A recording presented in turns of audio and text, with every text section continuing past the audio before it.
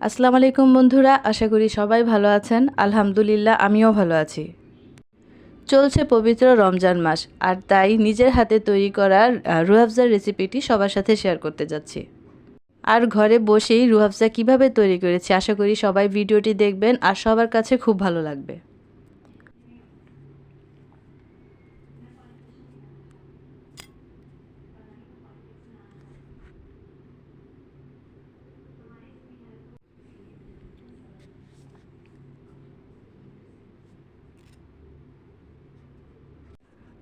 রুহ আফজা তৈরি করার জন্য প্রথমে গোলাপের পাপড়িগুলো তুলে নিলাম।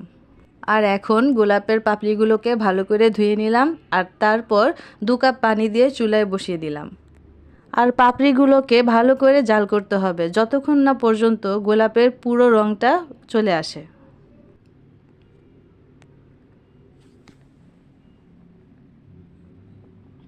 গোলাপের পাপড়িগুলোকে ভালো করে জাল করে রং বের করছি, আর তার পাশাপাশি চিনি শিরা বসিয়ে দিলাম।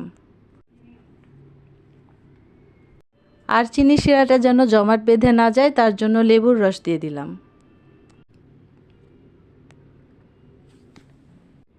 আর এর পাশাপাশি গোলাপের পুরো রঙটাই চলে আসলো।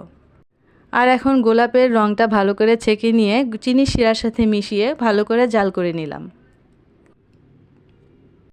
আর তার সাথে গোলাপ জল দিয়ে দিলাম। গোলাপ জল দেওয়ার পর ভালো করে জাল করে নিলাম। এরপর তৈরি হয়ে গেল ঘরে বসেই রুহ আফজা।